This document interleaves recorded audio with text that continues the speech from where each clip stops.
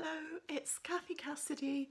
I'm about to read you another chapter of Love from Lexie, and I need to warn you this is a really dramatic one, and kind of emotional. So I'm going to start off as usual by showing you the filler between the chapters. It's a leaf and Lexie has written help on it, and if you can remember,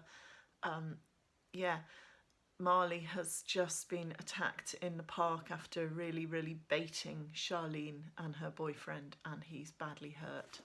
So that's where we're up to. And chapter 28 is called The Lost Boy. So be prepared for a few dramatic revelations. Charlene and her boyfriend run away, and I drag Marley to his feet. It's quicker to head back to Greystones than to try to get to Marley's house. We walk slowly because he's shaken and wobbly, and I feel sick and shocked. "Why did you do that?" I ask as we walk. "Say that.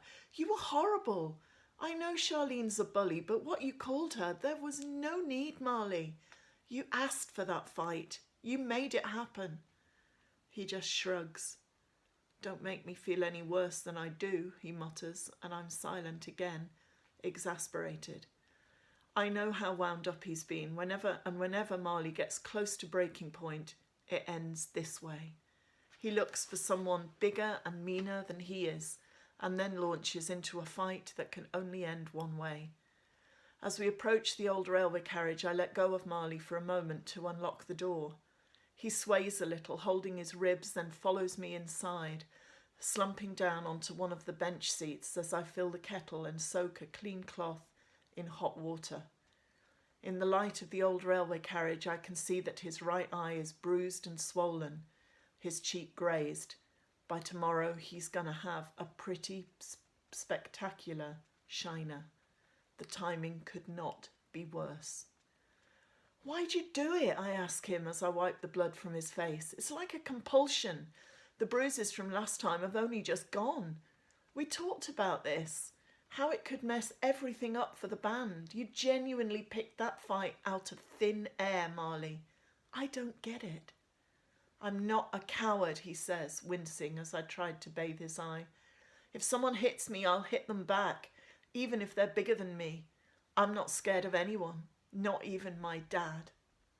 I frown, perching on the sofa beside him. Does your dad hit you?" I ask. "Used to," Marley answers. "My mum, Dylan, me, but mostly me. I think he just hated me more than he hated the others. I don't know." Silence falls around us, ugly, awkward.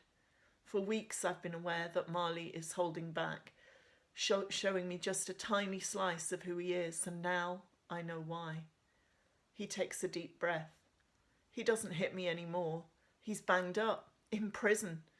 They were after him already for fraud, but he hurt me so badly they did him for grievous bodily harm too. He went down for 3 years, and when he comes out, he's not allowed to come anywhere near us. Now you know. Are you sorry you asked?" "Not sorry," I whisper. "Oh, Marley."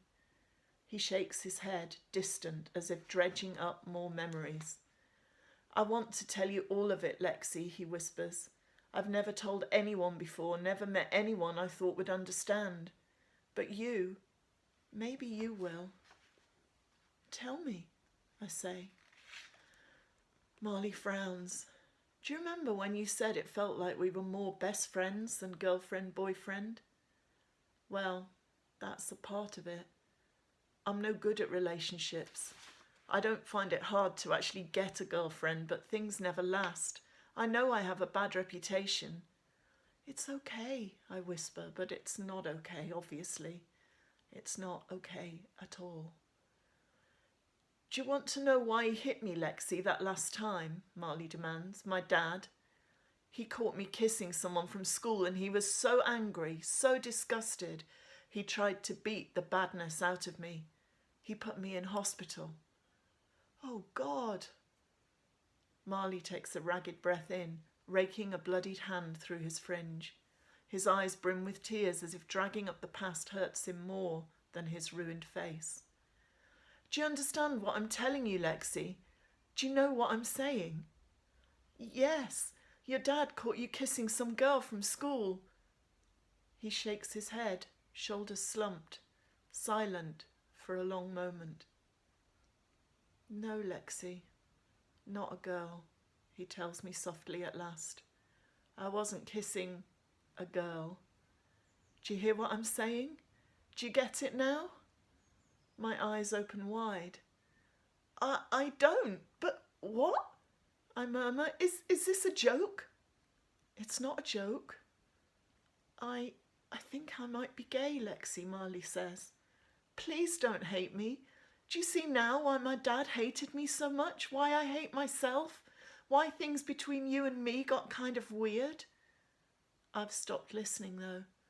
A dozen mismatched jigsaw pieces fall into place. The boy who's dated half the girls in school but never stuck with anyone for long. The boy with a reputation as a loser, a user. The boy who's living a lie, who's been lying to me since the moment we met. I feel sick, dizzy, as if I might faint. I'm no good, Lexi, he's saying, distraught. I'm messed up, damaged, rubbish, just like my dad says. And if I end up in scraps sometimes and come off worst, well, I guess I deserve it. A surge of anger washes over me like an icy tidal wave, taking my breath away. I stand up, my whole body shaking.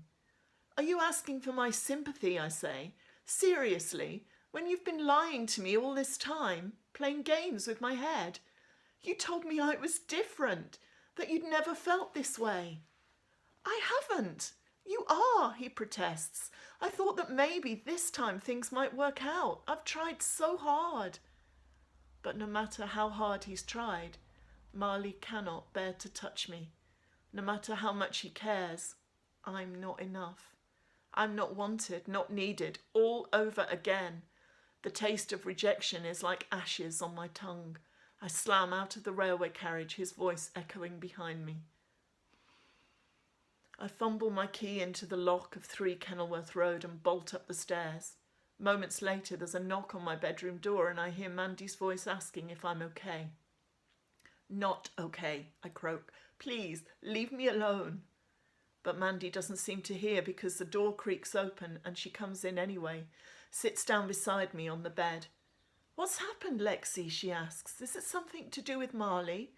Has he finished things? I laugh, but there's no humour, no joy in it. It's a harsh and grating sound, a sad, ugly sound. Mandy puts an arm round my shoulder gently.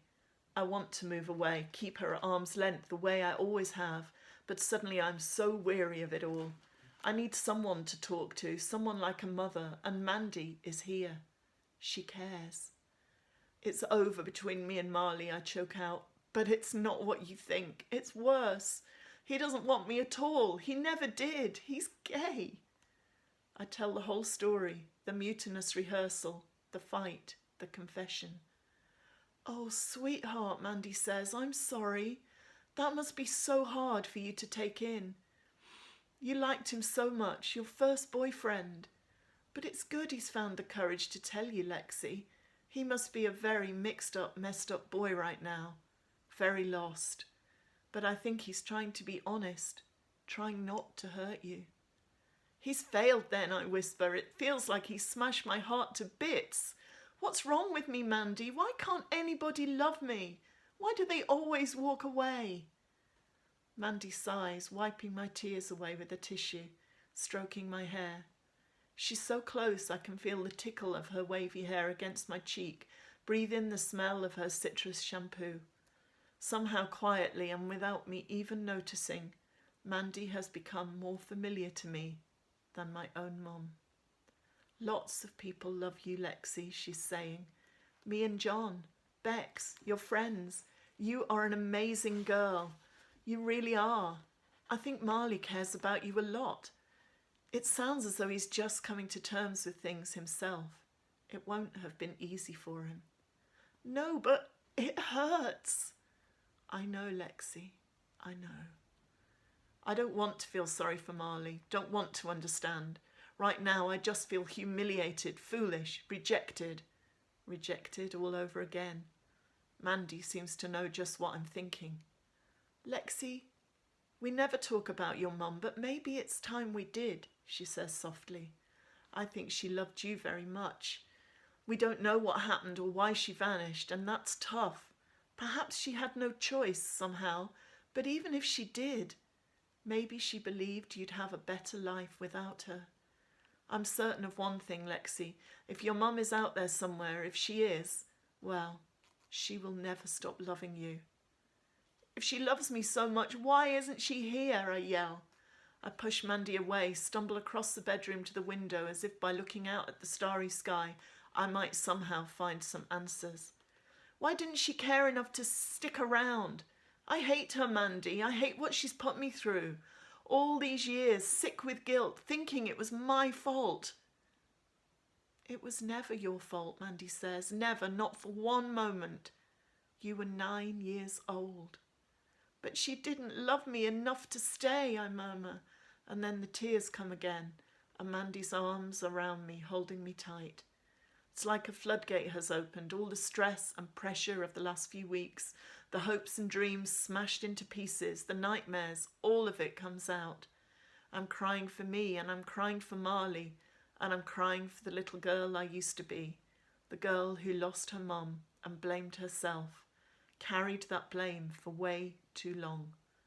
Maybe it's time to put that burden down, to stop searching, stop writing, stop hoping. Maybe it's time to let go at last of the woman who let go of me. So that's the end of a very dramatic chapter, and we are really getting to the peak of the story now. So don't forget to join me tomorrow and find out what happens next and whether Lexi and Marley can make some kind of peace together. Stay safe, stay well, try to find something each day that keeps you smiling, and I hope that sharing one of these chapters each day with me is one of those things, a little bit of escapism. Thank you. See you soon.